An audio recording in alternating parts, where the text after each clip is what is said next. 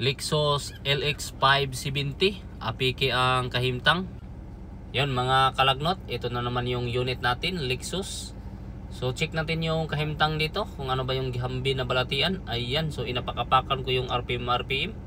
Sobrang lakas naman. So yan, nakita natin yung problema nito ay automatic transmission. Dito ay binuksan na agad ni Matsuki yung hood. Ayan, so kita natin yung engine nito, V8 engine, so gasoline pala to. Ayan, so ganito kalaki yung engine nya, punong-puno yung hood. So yan, sinimula na agad natin na lagnutin at ibut-ibutin. So basic lang yung gagawin natin dito, binaba lang naman natin yung transmission. So ayan ganito lang kalaki yung transmission na, so mga isang dipa lang. Ayan, so medyo nahirapan ng konti yung team natin at nilagnot dala ibot na agad. Ayan so pinutol-putol lang muna natin kasi mataas masyado yung transmission, so may kabigatan din. Ayan, so dalhin na natin to sa operating room natin. Uupirahan natin tong transmission nito kasi may problema siya sa kanyang takbo. Inaswat-aswat na nga ni Yan. Bale sa operasyon na ito ay si Yan ang buhol yung magdadala ng trabaho. Ako naman ay nagbibideo na lang dito. So palit muna kami, siya kasi yung nagbibideo minsan. So ngayon ay nakakapuy-kapuyan si Matsuki, kaya cameraman muna si Matsuki nito. Ayan, so yung tinanggal ni Yan dito, ito yung tinatawag na valve body. So kailangan nyo talaga tanggalin yan. Pagkatapos ay observe nyo yung mga tinutudlo ni Yan dito. So dapat ay tandaan nyo yung mga parts na yan na wag magkabaliktad, kasi pag nagkabaliktad yan ay magkakaroon ng problema yan sa takbo. Kaya sobrang napaka-importante na matandaan nyo talaga kung saan nyo pinagtatanggal yung mga parts. So sa ganitong klaseng transmission naman ay hindi naman to ganun kakomplikado.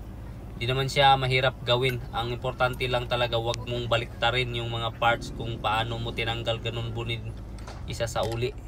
So dito ay natapos na ni Yan ang buhol na baklasin lahat ng parts. Pasok Yan. Yun. Tapos na nating mabaklas. Tingnan natin kung meron bang parts sa Sir Mats dito. Siyempre ay pumasok na agad si Yan ang buhol dito sa lagayan ng mga test parts natin. Namili-pili na. Ito nga. Grabe. Lexus. Merong kumpleto ba? May molded piston saka welding kit. Yun.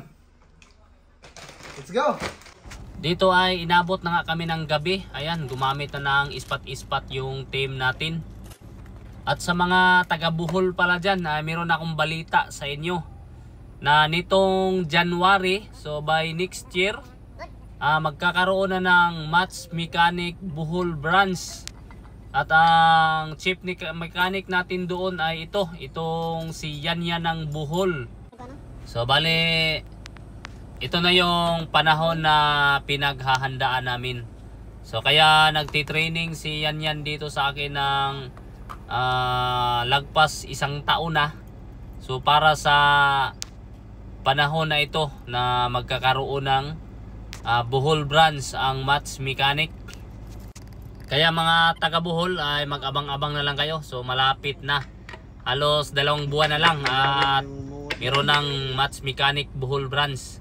So balik tayo dito sa video. Ayan, so sobrang napaka-basic lang yung ginawa ni Yan ng Bohol. Nagpalit siya ng mga clutch lining, clutch pack. So ayan, pasok Yan, ikaw na po yung istorya diha. Yun. Sunog. Kita nyo. Sunog yung lining tsaka plate. Ito yung papalitan natin. So bale, yan yung dahilan bakit nasira yung transmission na to.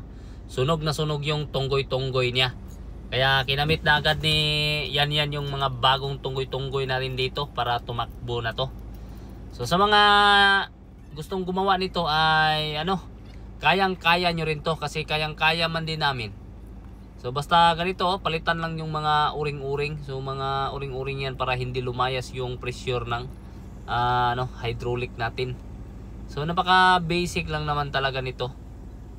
So kita nyo naman sa video na kailangan nyo lang talagang palitan yung mga clutch lining, clutch pack, yung mga o-ring, yung mga molded piston. So lahat ng mga dapat palitan sa loob, palitan nyo lang. Pagkatapos nyan ay magiging okay na talaga yung transmission kahit na automatic pa yan.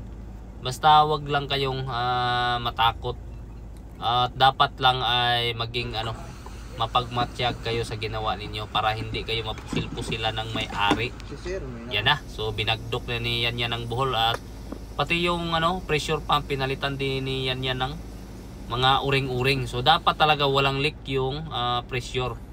Yan, so ibagdok na agad. So kita nyo naman, di ba? Sobra napaka-basic lang at sinarado na agad. So dito tayo, tingnan nyo tong tatlo na to. Merong isang mataas dito. So yung mataas na tunggoy-tunggoy ay dyan banda, kita nyo naman yan. Tapos yung mga dalawa naman ay ayan, uplok-uplok naman siya. So dyan yung ilagay, wag nyong pagbaliktarin ha.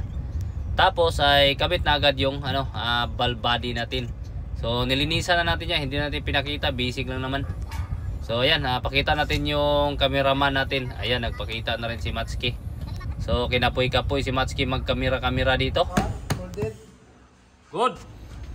Ayan, so fast forward na agad tayo. Pinaslak-paslak na ng team natin.